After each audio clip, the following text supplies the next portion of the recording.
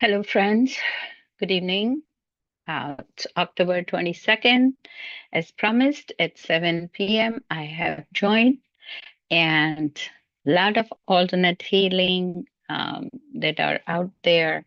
And I'm looking forward to share with you, answer any questions. If you have any, we will definitely take care of you. Okay. Um, I'm not sure if everybody can hear me, but if you can't, please do message so I can adjust my timing and my volume. Hello, Deepika ji, how are you? I'm okay. Namaskar. How are you Namaskar. doing? I'm doing well, thank you. I'm Are just you going to check on this that they can hear me. Okay. okay? Okay. So I don't know, one more person had requested. I've sent them the Zoom link. I don't know if they will join, but that's okay. I just wanted to do this so that we can, if you have any questions, I just wanted to talk about different alternate healing that we usually have. you know there are so many options out there nowadays, especially when we are looking into the new world after COVID. People are looking into getting into the alternate therapies, and they are looking for which will be the best fit for them, because not all alternate healing is fit for all, right? So I'm going to share here so that I can have the flow of what I'm talking about. And in between, I'll definitely take a look at the YouTube also. If people have any questions or they are putting any questions out there, I can take a look at it. So here are some alternate healing, right? Especially just because it's you, but for people who don't know me, my name is Smita Shah. I am the owner and founder of Navrang Expressions and Navrang Healing Institute. I'm board certified, and I teach meditation. I teach reflexology therapeutic. I do teach acupressure, sujok acupressure, and I do keep my what you call I do have classes, I teach, I treat. So feel free to contact me if needed. So as I mentioned, there are so many different kinds of you will see so many different therapies that we look into, right? I'll start with sujok, as that is something that I do. And sujok is way of doing acupressure, but on the hands and feet. And this is something that is getting more and more popular now. And a lot of people are looking into getting acupressure done, and they wonder what is sujok. Now, in sujok, there is 6 key and tri-origin, which is an advanced level of sujok, but it's part of acupressure.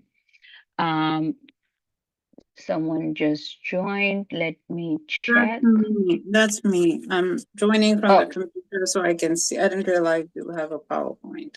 okay. Okay. Do I have to admit you, right? So, okay. Yes, please.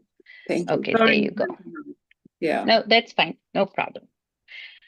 So that is Sujok, and that is something getting more and more popular slowly. We have about at least 16 to 20 therapists in US or plus more.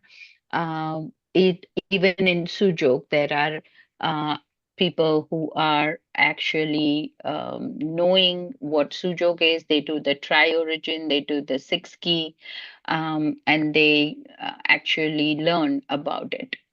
Now, someone else joined, and I can't see who. So No, that's let just me me. take a I look. couldn't. It's just, Again? yeah, I couldn't join the last time. It got disconnected. Okay. Sorry. Okay. Okay. Okay. So that is Sujok and acupressure that I was talking about. Now, acupressure is a part of acupuncture without needles.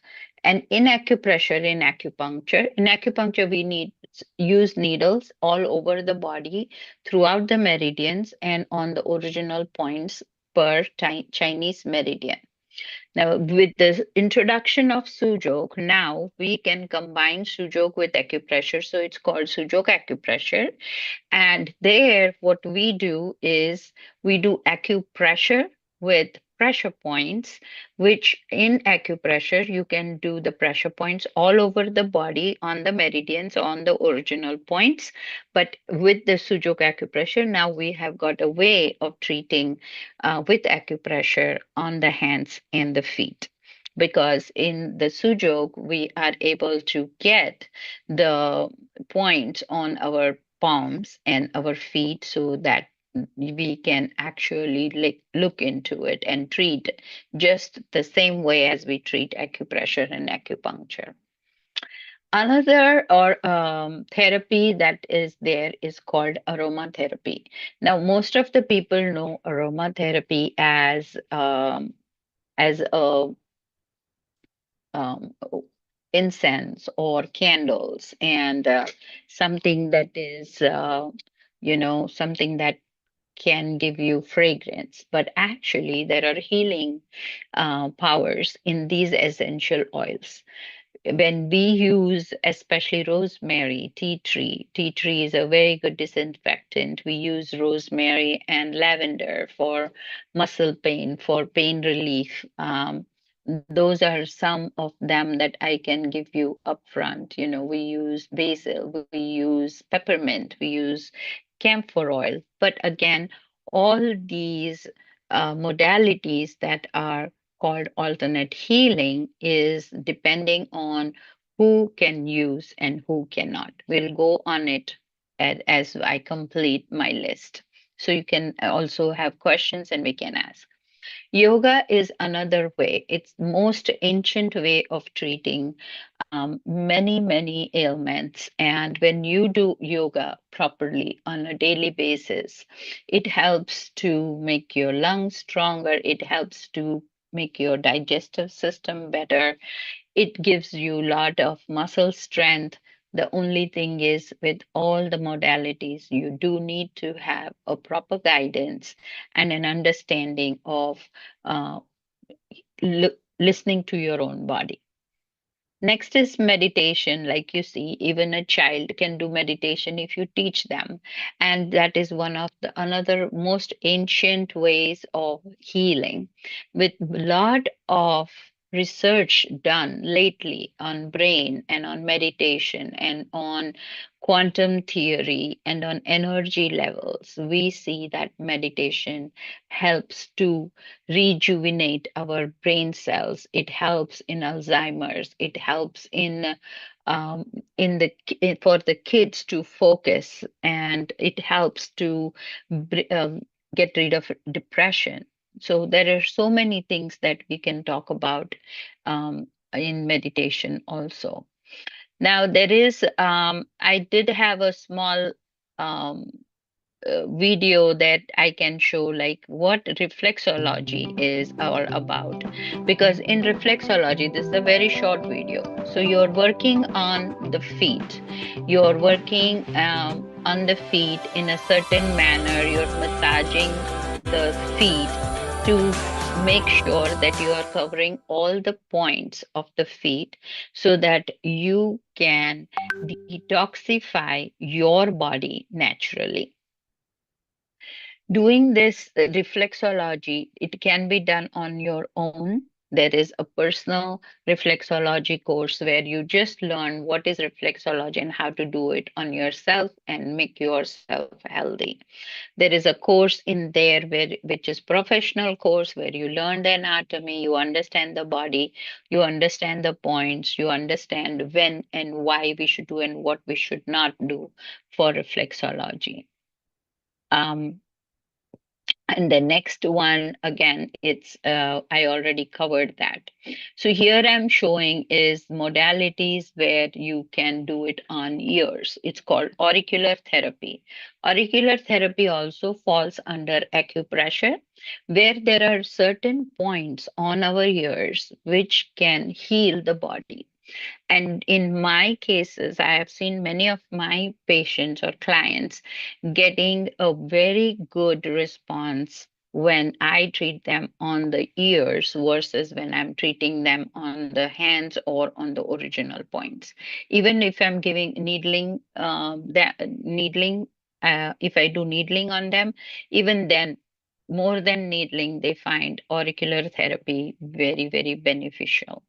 And that is one of the most common things that today's doctors, like many internal physicians, are trying to go and get an understanding of how to treat through auricular therapy, and they have done the courses.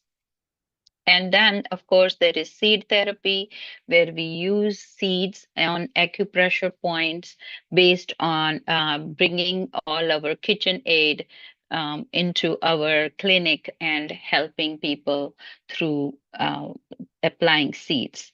There are colors, there are tools that we can use to stimulate our energy and bringing more more energy, more circulation in the body. What are the trending in the 2024? So this is something that is trending right now.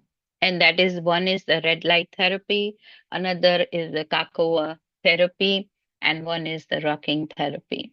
All these therapies are slowly building up, but they are also in complementary with either a chiropractor is doing, or a sound healer is doing, or a hypnotherapist is doing. So these are newly now getting more and more uh, f- into the limelight. The reason is red light therapy is a very old therapy. If you remember, there used to be a way where people were given that infrared light, and that would bring down inflammation. It would help to, even in the beauty industry, that was used for aging purposes. It was used. It also helps in healing of the wounds. It helps in mental health. Mental health, a lot of times this light therapy is given through people who do hypnosis or hypnotherapy. Cocoa therapy is again something that is a type of a coffee which is rich in antioxidants, and they are given for balancing. So if you ask me, I will give you my opinions later, but I just wanted to bring this in to the people who are looking into alternate healing. Rocking is like the fitness trend involving walking with a weighted backpack, strengthened muscles. It's like a military people, right? Military people, they are given backpacks, they are made to run on the ground, they are given the physical fitness, and this is another way of getting yourself into therapy. So, I just wanted to share and let you know is because lot of these therapies when we talk about is very common, very we have been we have used it, like our ancestors might have used it. Our we might have seen other our doctors using it, chiropractors using it, or you will see physical therapists using them. So I'll open up now for you to have any kind of discussion, and then we can talk about little bit of what you can do, which therapy you can apply when you're treating yourself or you want to treat others. But basically, today's topic is about when you want to treat yourself, how do you know which therapy is actually healing your body? So, any questions, Deepika ji? Hello? No, it's sorry, I had to unmute. No, I don't have any questions. I agree with your presentation. I think even for me, auricular really gives very quick results. I'm not familiar with reflexology. I have not done it. I've not had it done to me. Mm-hmm. Um, Yeah. so So So yes, so definitely, yes, you're right. You agree because you are a therapist also, and as a therapist, I always encourage people to. It's a good thing to keep up with one therapy and going deeper into that therapy. But when you keep learning the therapy, you find that there are so many branches that you can dive into, right? You can go into the chakras, you can go into the colors, you can go into sound healing, you can go into diets and nutritions. But at the same time, you do need to have some kind of first master of being a master in one therapy, so you know the in and out of that one therapy and how you can incorporate other therapies into it, especially when we are doing because in our therapies most of our alternate healers, and I always tell people that when you go to an alternate healer, if the healer tells you to stop medication, then you should stop going to that healer. The very first thing any alternate healer should be doing is they should let you continue with whatever medication they are taking so that they understand that they are safe. We are not having a life threatening issue, because when we don't know, or if the client hasn't given you the full information, we may end up not working on each part of it, because every therapy, the only reason why therapies are not very popular is because there is no patience that uh, scientifically someone can make some efforts and prove that this has been done. Though now we are getting more and more uh, scientific experiments, and we are getting this evidences that it does help. If you have the patience, if you are consistent, it will help you. If not 100%, it will help you up to 60%, up to 90%. There are so many examples that we can talk about, and it can be any therapy, right? It can be any kind of therapy. But most of the time, people give up because these alternate healing works slow, and it's a time consuming thing. Another thing that what happens with these therapies is we don't know the pros and cons of all therapies. Like, say, aromatherapy, I treat people with aromatherapy, I'm using oils on them, but if I don't know what their allergies are, or what they cannot take, or what their body cannot take, or if a person is having high blood pressure, and if I use a oil that is going to increase the low blood pressure to a high blood pressure, the high blood pressure patient is going to be in trouble, right? I cannot, because these essential oils work deep into the nerves. They go into your nervous system and they start to work on it. That is why when you are applying any kind of oils, right away you feel good. Just take an example of the most marketed thing is a Vicks Vapora. You take Vicks, you apply it, it works. Why? It's just application, it's local application. Why it works? Because it has menthol, it has camphor, it has all these ingredients that are going to open up the pores, they're going to go deep into your nervous system, and they are going to start healing. And that is why we know that Vicks Vaporub works, right? And in the same manner, when you apply lavender on a burn and you keep applying, the burns become better and better. Why? Because lavender was one of the only essential oil that you could use directly on your skin. Other skin, sorry, other essential oils will damage your skin, or it might give you an adverse effect because they're too potent and they have a very strong, um, the saturation of the ingredient of whatever you're using. Like even if it's rose or if it is jasmine, you cannot take more than a drop of it because it's too much for your body, too much for you to take in the same way. Like if you go into reflexology, you do reflexology, but then in certain areas, if you are a patient, if you are having hernia, or if you are having a herniated disc somewhere, you need to know how much pressure, how we should give that pressure, and how much pressure should be given to that particular patient in that particular area. Otherwise, they might feel more pain, they might get more adverse effect. So every therapy that we look into, we have to make sure that we have a proper knowledge of the do's and don'ts before we start to use it or we combine it with our therapy. Right. So I'm glad you joined, and I'm hoping if anybody watches this later, if you are watching, if you have any questions, you can always message me or call me or let me know how we can help.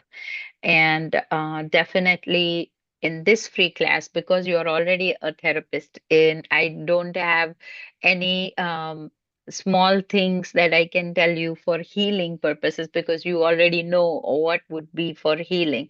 If people would have joined and if they were willing to know how to treat certain ailments, we could have given them some quick tips on how to do. Just like I said, you can use lavender oil for muscle relaxing, rosemary oil. You can add it to a base oil, coconut oil or sesame oil, and you can massage it. That can give you a good relief in back pains or any pains or any inflammations, things like that. All right. So hope thank you, Deepika ji, for always supporting and joining, and Absolutely. hoping that we'll see you again. Yeah, if you stop if it goes on live, I don't, it doesn't matter, but I have Yeah, I recently can stop